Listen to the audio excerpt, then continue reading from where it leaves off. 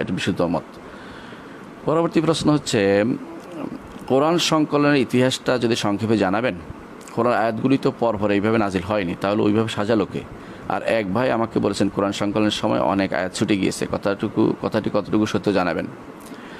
প্রথমে শেষ অংশটুকু আসি, সেটা হচ্ছে কোরআন সংকলনের সময় আয়াত ছুটে গেছে, এটা একটা ডাহা মিথ্যা কথা।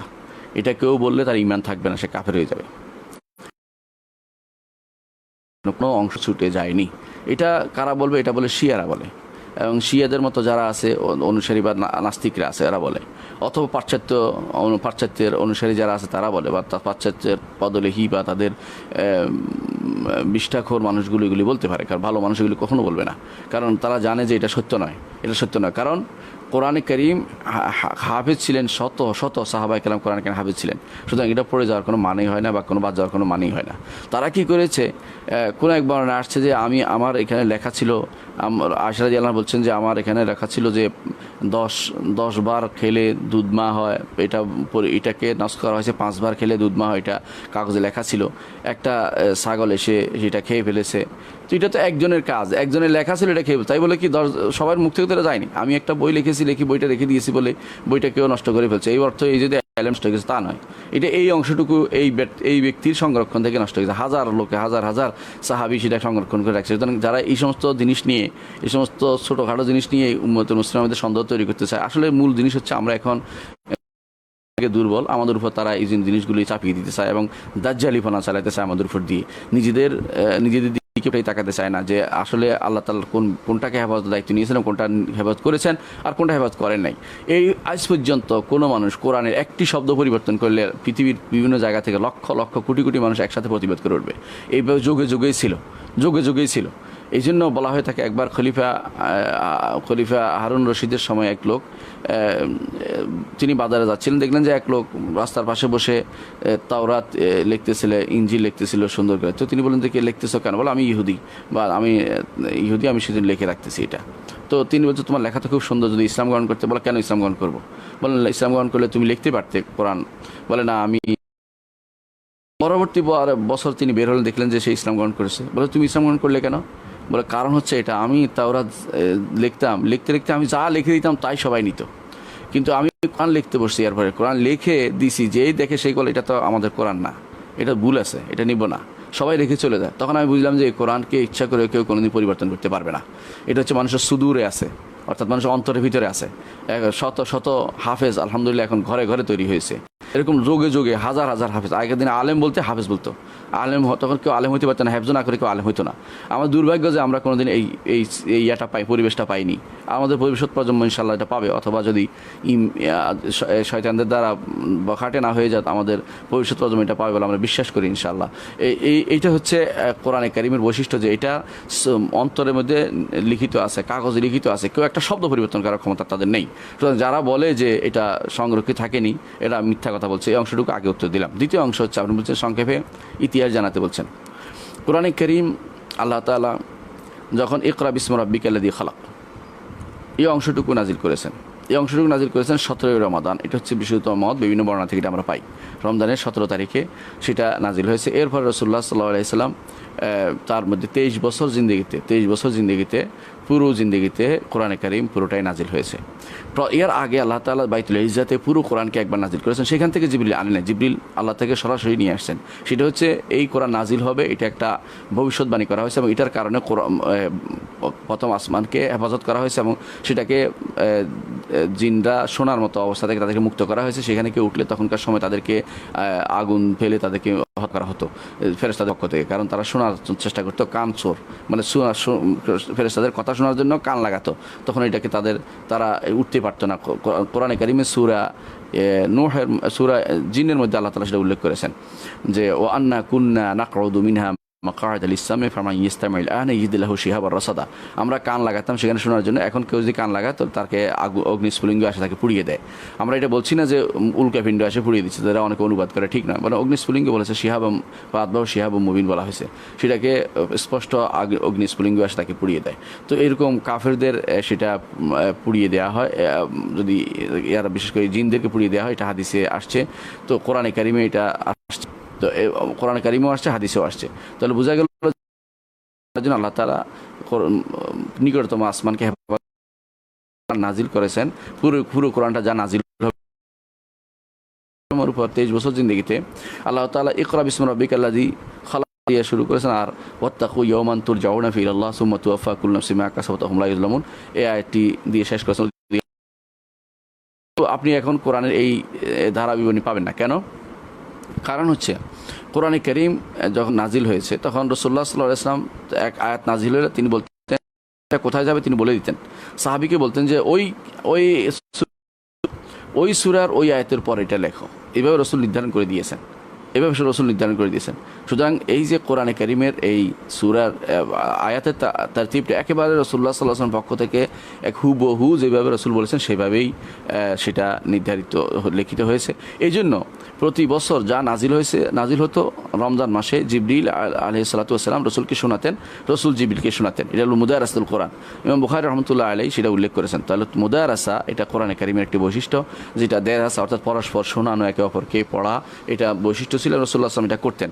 তাহলে এখানে ভুল করার আর কোনো সুযোগ নেই যে কোরআন কীভাবে পড়ছেন। আপনি জানেন যে রাসূলুল্লাহ সাল্লাল্লাহু আলাইহি ওয়াসাল্লাম তিনি সূরা বাকারা পুরোটা পড়েছেন। যদি কোরআন অথবা বাকারা একসময় নাজিল হয় নাই, অর্থাৎ যখন নাজিল হওয়া শেষ হয়েছে তিনি পুরোটা পড়েছেন। তারপর তিনি আলে ইমরান পড়েছেন, তারপর তিনি নিসা পড়েছেন, হাদিসে পাওয়া যায়। এর অর্থ হচ্ছে যে তিনি তারতিবটা দিয়েছেন। সূরা বাকারা, আলে ইমরান, নিসা প্রত্যেকটি আয়াতের তারতিব তিনি দিয়ে দিয়েছেন। এতে কোনো অন্ধ করার কোনো সুযোগ নেই। এখানে কোনো সূরার তারতিবের দিক থেকে কীভাবে করা হয়েছে এটা অনেকে বলেন। সূরার তারতিবটা আলহামদুলিল্লাহ মুলহামা অর্থ হচ্ছে সাহাবায়ে কেরাম যখন তারতিব দিচ্ছিলেন তখন আবু বকর রাদিয়াল্লাহু আনহু যখন বললেন, তখন রাসূলুল্লাহ সাল্লাল্লাহু আলাইহি ওয়াসাল্লাম দুনিয়া থেকে চলে যান, তখন তিনি পুরোটাই লিখিয়ে নিয়েছেন এবং সাহাবারা মুখস্থ করে নিয়েছেন। শত হাজার সাহাবী মুখস্থ করেছেন, কোনো সমস্যা হয়নি। পরবর্তীতে লেখা হয় নাই, অর্থাৎ কাগজে লেখা হয় নাই দেখে তখন আবু বকর রাদিয়াল্লাহু আনহুর সময় ইয়ামামার যুদ্ধের সময় একটা বড় ধরনের বিপর্যয় হয়, সেখানে অনেক হাফেজ সাহাবী মারা যান। তখন আবু বকর রাদিয়াল্লাহু আনহু তিনি যায়েদ ইবনে সাবিতকে বললেন যে দেখো এগুলি একত্র করো, কারণ একত্র না করলে আমার ভয় হয় যেভাবে হাফেজরা চলে যাচ্ছে এটা কীভাবে কোথায় চলে যায়। তখন তিনি একত্র করে রাখলেন। এই একত্র করা জিনিসটা তিনি উম্মুল মুমিনিন আমাদের মা হাফসা রাদিয়াল্লাহু আনহার কাছে জমা রাখলেন, যে তার কাছে যেন জমা থাকে। তার কাছে জমা ছিল সেটা। পরবর্তীতে ওসমান ইবনে আফফান রাদিয়াল্লাহু আনহু তিনি বললেন যে আমি এটা বই আকারে বের করতে চাই। তো যেগুলো ভিন্ন ভিন্ন লাহজায় কেউ লিখে রাখছে সেগুলি বাদ, যেগুলো তাফসির হিসেবে কেউ লিখেছে, কারণ তারা কী করতো কখনো তাফসিরটা লিখে রাখতো। রাসূলুল্লাহ সাল্লাল্লাহু আলাইহি ওয়াসাল্লাম আয়াত বলার পরে এটা তাফসিরটা বলে দিতেন, তো তাফসিরটাও লিখে ফেলতো। যেমন আব্দুল্লাহ ইবনে মাসউদ রাদিয়াল্লাহু আনহু তাফসিরটাও লিখতেন। এবং এই জাতীয় সাহাবীরা কখনো তাফসির লিখতেন এবং তারা এটাকে ওই তাফসিরটা মনে করার জন্য তার ছাত্রদেরকেও বলে দিতেন যে এটা তাফসির। এটা ছাত্ররা অনেকেই মনে করছে এটা হচ্ছে ওনার মুসহাফে আছে। মুসহাফে থাকার অর্থ হচ্ছে এই নয় যেটা কোরআনে আছে, বরং এটা তাদের তাফসির হিসেবে তারা বলেছেন। এটা হচ্ছে বিশুদ্ধ মত। অর্থাৎ এই জন্য যে অনেক সময় বলে যে এটা তো আব্দুল্লাহ ইবনে মাসউদ রাদিয়াল্লাহু আনহুর মুসহাফে ছিল, এর অর্থ হচ্ছে এটা তাফসির হিসেবে ছিল। তিনি তাফসির হিসেবে লিখে রাখতেন যে রাসূলের মুখ থেকে সরাসরি তাফসির শুনেছেন, এটা লিখে রেখেছেন। এরপরে যখন ওসমান ইবনে আফফান রাদিয়াল্লাহু আনহু তিনি বললেন যে এটাকে আমি বই আকারে বিভিন্ন জায়গায় পাঠাইতে চাই, কিতাব আকারে বই, তিনি এটাকে লিখিয়ে নিলেন। তখন বিভিন্ন যারা জীবিত ছিল বড় বড় সাহাবী তাদেরকে যায়েদ ইবনে সাবিত সহ সবাইকে একসাথ করলেন যে তোরা কোরাশি লেহাজাতে তোরা ভুলটাকেও যেন না লেখে, আবার যে মৌলিকভাবে রাসূলুল্লাহ সাল্লাল্লাহু আলাইহি ওয়াসাল্লাম থেকে যেটা আসছে সেটাই নিবা, যে এগুলি আসছে, আর যারা বাইরের যারা উচ্চারণ করে সেগুলিকে আমরা নিব না, কারণ সেগুলি আসলে কোরআনে কারীমের নাজিল। সেটা একসময় ছিল সহজ করার জন্য বলা হয়েছিল, যেটা আমরা আগেও বলেছি সহজ করার জন্য অনেক সময় সেটা তখন রাসূল পড়তে অনুমতি দিতেন, কিন্তু সেটা আসলে কোরআনে নাজিল হওয়ার ভাষা নয়। কোরআন নাজিল হয়েছে বিলিসান আরবি